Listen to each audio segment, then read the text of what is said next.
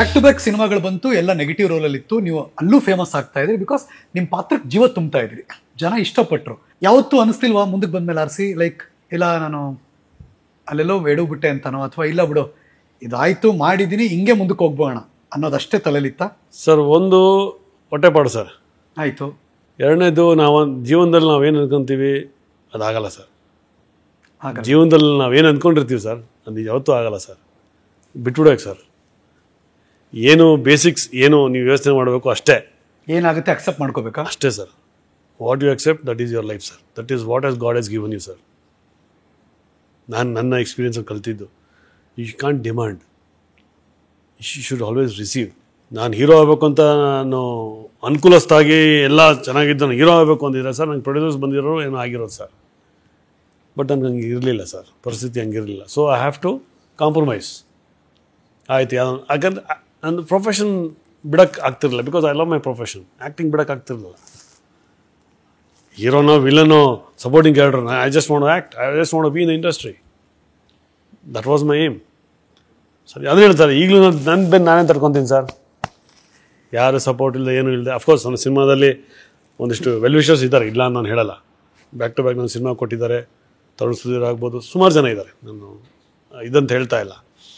But ಆ ಒಂದು ಹಿಂದೆ ಬಿದ್ದುಕೊಂಡು ಕಾಕಾಯ ಮಾಡಿ ಇದು ಮಾಡಿ ಸರ್ ಅದಿಲ್ಲ ಸರ್, ಅದು ನಾನು ಮಾಡಿಲ್ಲ ಸರ್, ಮಾಡೋದಿಲ್ಲ ಸರ್. ನಂಗೊಂದು ನೆನಪಿದೆ ನನಗೆ, ತುಂಬ ವರ್ಷದ ಹಿಂದೆ ಉತ್ತರ ಕರ್ನಾಟಕದ ಭಾಗ, ಅವ್ರ ಬಾಗಲಕೋಟೆ ಕಡೆನೆ, ಬೇರೆ ಊರಷ್ಟೇ, ಒಂದು ಫಿಲಮ್ ಶೂಟಿಂಗು. ನಾನು ಸುಮ್ಮನೆ ಹೋಗಿದ್ದೀನಿ ಅಷ್ಟೇ. ನಂಗೆ ಅವಾಗ ಗೊತ್ತಾಗಿದ್ದು ಅಂದರೆ ಉತ್ತರ ಕರ್ನಾಟಕದ ಮಂದಿ ರವಿಚೇತನ್ ಅವರು ಎಷ್ಟು ಇಷ್ಟಪಡ್ತಾರೆ ಅಂತ. ಸರ್ ಬೇಸಿಕ್ಲಿ ಆ ಊರ್ನಲ್ಲ ಸರ್. ಅಲ್ಲೋದ ಈಗ ನಮ್ಮ ಮನೇಲಿ ನಾವು ಭಾಷೆ ಮಾತಾಡೋ ಹಂಗೆ ನೋಡಿ ಹಂಗೆ ಬಂದ್ಬಿಡ್ತದೆ. ನಮಸ್ಕಾರ ರೀ ಸರ್. ನಮಸ್ಕಾರ ಸರ್, ಆರಾಮದ್ರಿ? ಹಿಂಗೆ ಬಂದ್ಬಿಡ್ತಾರೆ. ನಾನು ಮೊನ್ನೆ ಕಾಟರ ಸಿನಿಮಾ ಮಾಡಿದಾಗ ಹುಬ್ಳಿ ಅವಾಗ ಹಿಂಗೆ ಮಾತಾಡಕತ್ತೆ. ಅವಾಗ ಗೊತ್ತಾದ ನಮ್ಮೂರ್ಲೇ ಅಂತ. ಸೊ ಈಗ ಏನಾಗುತ್ತೆ ಆ ಸ್ಲ್ಯಾಂಗ್ ನಮ್ಗೆ ಅಲ್ಲಿಗೆ ಹೋದಾಗ ಬಂದ್ಬಿಡೋದು ಆಟೋಮೆಟಿಕ್. ಮನೇಲಿ ನಾವು ಅದೇ ಮಾತಾಡೋದು. So it's easy. ನಾನು ಮೊನ್ನೆ ಯಾವುದೋ ಒಂದು ಸಿನಿಮಾ ಮಾಡಿದೆ ಯೋಗರಾಜ್ ಭಟ್ ಸರ್ದು. ಅದ್ರಲ್ಲಿ ಅಷ್ಟೇ ಪೊಲೀಸ್ ಆಫೀಸರ್ ಪಾತ್ರ ಮಾಡಿದ್ದೆ. ಅದ್ರಲ್ಲಿ ಈ ಕನ್ನಡ ಡೈಲಾಗು ಬೆಂಗಳೂರು ಕನ್ನಡ ಆಯಿತು. ಅವ್ರು ಯಾವಾಗ ಇವ್ರಿಗೆ ಯೋಗರಾಜ್ ಭಟ್ ಅವ್ರಿಗೆ ಉತ್ತರ ಕನ್ನಡ ಗೊತ್ತಾದ ತಕ್ಷಣ ತೋಳಿ ನೀವು ಸರ್ ನನಗೆ ಕೊಟ್ಟರು ನೀವು ಚೇಂಜ್ ಮಾಡ್ಕೊಳ್ಳಿ ಅಂತ. ಅದು ನನ್ನ ಸ್ಲ್ಯಾಂಗ್ ಚೇಂಜ್ ಮಾಡಿಕೊಂಡು ಉತ್ತರ ಕರ್ನಾಟಕ ಭಾಷೆ ಮಾತಾಡಿದ್ದು ಸೂಪರ್ ಅಂದ್ರು. ಬಟ್ ಜನ ನಿಮ್ಗೆ ಇಷ್ಟಪಡ್ತಾರೆ ಅಷ್ಟೇ ಸರ್, ಅಷ್ಟೇ ಬೇಕಾಗಿರೋದು. ಅದೇ ಸಂಪಾದನೆ ಮಾಡಿರೋ ಸರ್. ನನಗೆಲ್ಲೂ ಬೇಜಾರು, ನಾನು ಹೀರೋ ಆಗಲಿಲ್ಲ ಮತ್ತೊಂದಿಲ್ಲ ಏನು ಬೇಜಾರಿಲ್ಲ ಸರ್. ಬಟ್ ಇಂಡಸ್ಟ್ರಿಯಲ್ಲಿ 25 ವರ್ಷ ಇದೀನಲ್ಲ ಸರ್, ಅದೇ ಒಂದು ಸಾಧನೆ ಸರ್. ಆಕ್ಟಿವ್ ಆಗಿದ್ದೀನಿ. ಈಗಲೂ ಆಕ್ಟಿವ್ ಇದ್ದೀನಿ. ದೇವರು ಫಿಸಿಕ್ ಕೊಟ್ಟಿದ್ದಾನೆ. ಈಗಲೂ ಯಂಗ್ಸ್ಟರ್ಸ್ಗೆ ನಾನು ಚಾಲೆಂಜ್ ಮಾಡ್ತೀನಿ. ಸ್ಪೋರ್ಟ್ಸಲ್ಲೂ ಚಾಲೆಂಜ್ ಮಾಡ್ತೀನಿ, ಆ್ಯಕ್ಟಿಂಗಲ್ಲೂ ಚಾಲೆಂಜ್ ಮಾಡ್ತೀನಿ ಸರ್. ಆ ಒಂದು ದೇವ್ರು ನನಗೆ ಕೊಟ್ಟಿದ್ದಾನೆ ಸರ್. ನನಗೆ ಲಕ್ ಕೊಟ್ಟಿರದೇ ಇರ್ಬೋದು, ಬಟ್ 25 ವರ್ಷ ಇಂಡಸ್ಟ್ರಿಯಲ್ಲಿ ಒಂದು 300 ಸಿನಿಮಾ ಮಾಡೋಷ್ಟು ನನಗೆ ಆಶೀರ್ವಾದ ಮಾಡಿದಾರಲ್ಲ ಸರ್, ಸಾಕು ಸರ್. ಮೊದಲೆಲ್ಲ ರವಿಚೇತನ್ ಅವ್ರನ್ನ ನಾವು ಅಂದರೆ ನಾನು ಅವ್ರು ನನ್ನ ಟಿ ವಿಲಿ ನೋಡ್ತಿದ್ರು ಅಥವಾ ನಾನು ಅವ್ರ ಸಿನಿಮಾದಲ್ಲಿ ನೋಡ್ತಿದ್ದೆ, ಇಷ್ಟೇ ಇತ್ತು ಆ್ಯಕ್ಚುಲಿ. ಒಂದು ಬ್ರೇಕಿಂಗ್ ನ್ಯೂಸ್, ನಾನು ಟಿ ವಿ ಚಾನಲ್ ಇದ್ದಾಗ ಬ್ರೇಕಿಂಗ್ ನ್ಯೂಸ್ ಅಂತ ನನ್ನ ಸ್ಟೈಲಲ್ಲಿ ಅದನ್ನು ಕೊಟ್ಟಿದ್ದೆ. ಆ ಸಿನಿಮಾದ ಹೆಸರು ಸತ್ಯಾನಂದ ಅಂತ. ಆ ಸಿನಿಮಾಗೆ ರವಿಚೇತನ್ ನಾಯಕರಾಗಿ ಆಯ್ಕೆ ಆಗ್ತಾರೆ. ಯಾವ ಗಳಿಗೆನೋ ಗೊತ್ತಿಲ್ಲ, ಅದು ಅವರಿಗೆ ಬಿಡದಿಗೆ, ಸಿನಿಮಾಗೆ, ಸಿನಿಮಾದ ಪಾತ್ರಕ್ಕೆ, ಕೋರ್ಟ್ಗೆ ಎಲ್ಲ ಲಿಂಕು ಹಂಗೆ ತೆರೆದುಕೊಳ್ತು. ರವಿಚೇತನ್ ಎಲ್ಲ ಕಡೆ ಫೇಮಸ್.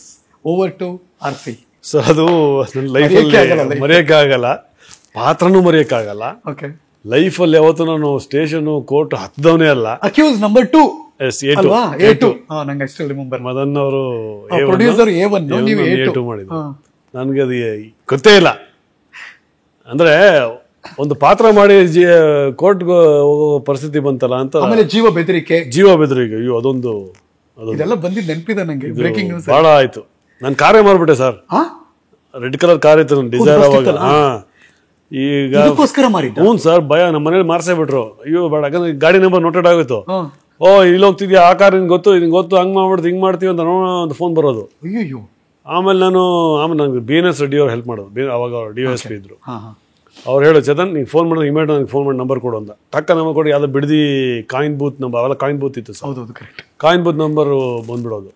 ಸೊ ಹಿಂಗೆಲ್ಲ ಆಗ್ತದೆ. ಯಾಕೆ ಮನೇಲಿ ಬೇಡ ನೀನು ಕಾರೇ ಮಾರ್ಬಿಡು ಅಂತ ಕಾರ್ ಮಾಡಿಸ್ಬಿಟ್ಟು ಅವ ಮತ್ತು ಇನೋವಾ ತೊಗೊಂಡೆ ನಾನು ಆ ಟೈಮಲ್ಲಿ. ಆ ಒಂದು ಅಂದರೆ that sir, to be frank, that is my turning point sir. As you say, negative ರೋಲಲ್ಲಿ ನಾನು ಹೆಸರು ಮಾಡಿದೆ. ಇಂಥ ಪಾತ್ರ ಮಾಡಬಲ್ಲೆ ಅನ್ನೋದನ್ನು ತೋರಿಸಿದೆ. ಮೀಸೆ ಇಲ್ದಿರೋ ಫಸ್ಟ್ ಟೈಮ್ ನೋಡಿದ್ದು. ಸರ್ವೇ ಜನ ಅದು ಈಗಲೂ ಆ ಲ್ಯಾಂಗ್ವೇಜು ಹೇಳಿ ಅದೊಂದು ಭಾಷೆ ಅದೊಂದು ಇತ್ತಲ್ಲ, ಒಂದು ಬಾಡಿ ಲ್ಯಾಂಗ್ವೇಜ್. ರೆಡಿ. ಈ ಮೀಸೆ ಗೀಸೆಗೆಲ್ಲ ಸೆಟ್ ಆಗಲ್ಲ. But still okay. ಸರ್ವೇ ಜನ ಸುಖಿನೋ ಭವಂತು. ಈ ಸತ್ಯಾನಂದನ ಆಶೀರ್ವಾದ ನಿಮ್ಮೆಲ್ಲರ ಮೇಲೆ ಸದಾ ಇರುತ್ತದೆ. ಸೊ ಈಗ ಅದು ಬಟ್ ತುಂಬಾ ಚೆನ್ನಾಗಿ, ಅಂದ್ರೆ ನಾವು ನೋಡಿದ್ವಲ್ಲ ಅದನ್ನ, ಐ ಫೆಲ್ಟ್ ಲೈಕ್ ಗುರು ಎಷ್ಟು ಚೆನ್ನಾಗಿ ಸೂಟ್ ಆಗ್ತಾರೆ ಇವರು. ಹೌದೌದು, ಅಂದ್ರೆ ಹೇಳಿ ಮಾಡಿಸಿದ ವ್ಯಕ್ತಿ ನೀವು ಅದಕ್ಕೆ. ಅದು ಆಡಿಷನ್ ಎಷ್ಟು ಜನ ಮಾಡಿದ್ರು ಗೊತ್ತಾ ಅವರು? ಹೌದಾ?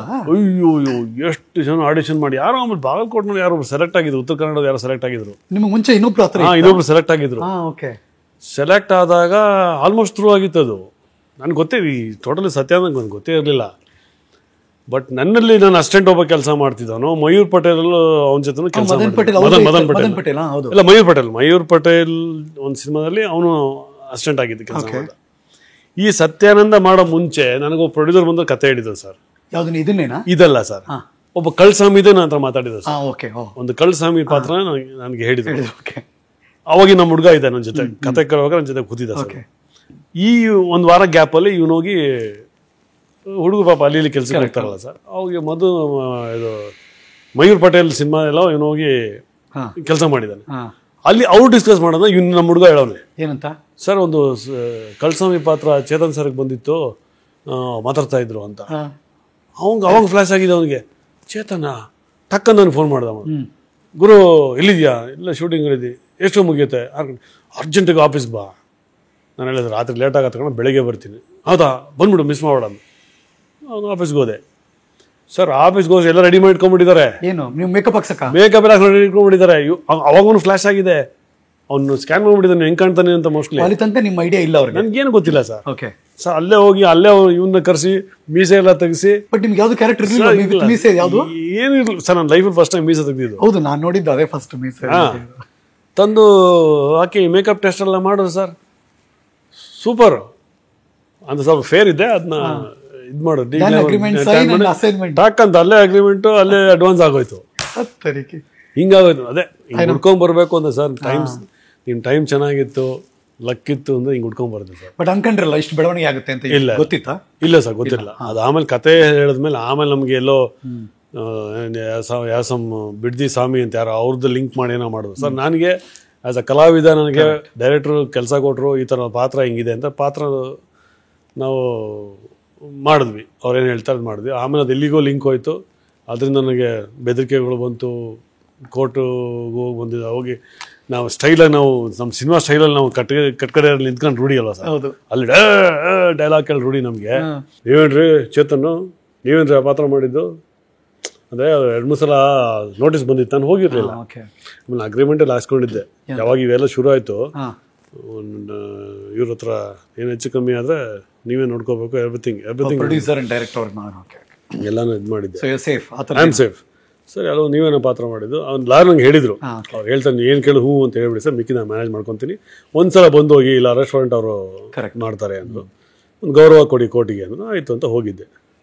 ನೀವೇನ್ರಿ ಚೇತನ್, ನೀವೇನು ಈ ಪಾತ್ರ ಮಾಡಿದ್ದು? ಅವಾಗ ಯಾವ ವರ್ಡ್ ಹೆಸರು ಹೇಳಿದ್ರು, ಈ ಪಾತ್ರ ನೀವು ಮಾಡಿದ್ದ. ಅವ್ರು ಯಾರಂತ ನಂಗೆ ಗೊತ್ತಿಲ್ಲ, ಸತ್ಯಾನಂದ ಪಾತ್ರದ ಹೆಸರು, ಅದು ನಾನು ಮಾಡಿದೆ ಸರ್. ಡೈರೆಕ್ಟರ್ ಏನು ಹೇಳಿದ್ರು, ಒಂದು ಸ್ವಾಮಿ ಪಾತ್ರ ಇದು ಮಾಡಿದ್ರು, ನಾನು ಮಾಡಿದ್ದೀನಿ ಸರ್. ನನಗೇನು, ನಾವು ಕಲಾವಿದರು ಸರ್, ನಮ್ಮ ನೀರೆಲ್ಲ ಹಾಕಿ, ಗ್ಲಾಸಲ್ಲಿ ಹಾಕಿ, ಪ್ಲೇಟಲ್ಲಿ ಆಕಾರ ತೊಗೊಳ್ತೀವಿ ಸರ್, ಅಷ್ಟೇ ನಮ್ಮ ಕೆಲಸ. What director has told us ಅದನ್ನ ಕೊಡೋ ನಮ್ಮ ಕೆಲಸ. ಅಷ್ಟು ಬಿಟ್ಟು ನನಗೆ ಏನು ಗೊತ್ತಿಲ್ಲ ಸರ್, ಯಾರು ಹೀರೋ ಸ್ವಾಮಿ ಏನು ಅದೇನು ಗೊತ್ತಿಲ್ಲ. ಆಯ್ತು ನೀವು ಹೋಗ್ಬೋದು, ಇಷ್ಟಾಗಿ ಬಂದ್ಬಿಡಿ ಸರ್. ಆಮೇಲೆ ಏನಾಯಿತು ನಾನು ನೋಡೋಕ್ಕೆ ಹೋಗಿಲ್ಲ, ಕೇಸು ಇದಾಯಿತು. ಬಟ್ ಈ ಟೈಮಲ್ಲಿ ಸಿನಿಮಾ ಭಾಳ ಸ್ಟೇ ತಂದು ಮತ್ತೊಂದು ಗಲಾಟೆ ಇದೆಲ್ಲ ಆಯಿತು. ಆಮೇಲೆ ಸುವರ್ಣ ನ್ಯೂಸಲ್ಲಿ ಅದು ಒಂದು ಫುಲ್ಲು ಎಪಿಸೋಡೇ ಮಾಡಿದರು, ಚೆನ್ನಾಗಿ. ಅಲ್ಲಿಂದ ನನಗೆ ಭಾಳ ಬೂಸ್ಟ್ ಆಯ್ತು. ಈ ಥರದ ಇನ್ಸಿಡೆಂಟ್ಗಳಾದಾಗ ಜಗತ್ತು ಗೊತ್ತಾಗುತ್ತೆ ಯಾರು ರವಿಚೇತನ್ ಅಂತ ಇನ್ನೂ ಜೋಡ್ದಾಗ. ಆವಾಗ ಬೂಸ್ಟ್ ಆಯಿತು ಒಂದಿಷ್ಟು. ಅವಾಗ ಮೀಸೆ ಬೇರೆ ತೆಗ್ದಿದ್ದೆ, ಅಷ್ಟು ಜನಕ್ಕೆ ಅಷ್ಟು ಗೊತ್ತಾಗಿಲ್ಲ ಫಸ್ಟು. ಆ ಮೀಸೆ ಬಿಟ್ಟ ಮೇಲೆ ಇವರೇನೋ ಇವರು ಅನ್ನೋದು ಒಂದಿಷ್ಟ ಆಯ್ತು. ಸೊ ಅಲ್ಲಿಂದ ನನ್ನ ಲೈಫ್ ಚೇಂಜ್ ಟರ್ನ್ ಆಗಿ, ಅಂದರೆ ಅಲ್ಲಿಂದ ನನ್ನ ನೆಗೆಟಿವ್ ರೋಲ್ಸ್ ಫಿಕ್ಸ್ ಆಗೋಯ್ತು. ಹೀರೋ ಮುಗೀತು, ಹೀರೋ ಕತೆ ಮುಗೀತು. ಅದು ಆ ಸಿನಿಮಾದಲ್ಲಿ ನಾನು ಹೀರೋ ಮಾಡಿದ್ರು, ಅಲ್ಲಿ ಹೀರೋ ಕತೆ ಮುಗೀತು. ಅಲ್ಲಿಂದ ಒಂದು ಬೇರೆ ನೆಗೆಟಿವ್ ಆಗಿ ಶುರು ಆಯ್ತು. ಅಲ್ಲಿಂದ ಇವಾಗ ನೆಗೆಟಿವ್, ಈ ಕಾಟೇರವರೆಗೂ ನೆಗೆಟಿವ್.